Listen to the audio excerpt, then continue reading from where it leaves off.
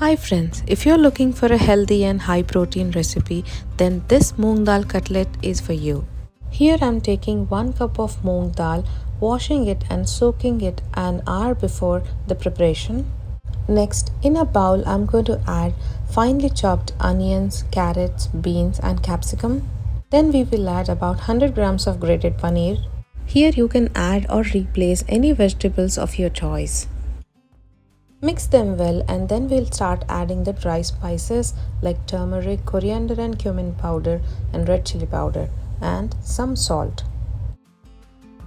Now we are going to make a fine paste of the moong dal that we had soaked and add it to the mixture.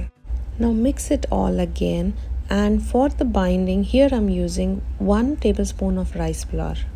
The mixture is all ready to go on the tawa. We will heat a pan and add 1 tablespoon of oil and spread it over and start putting the cutlets.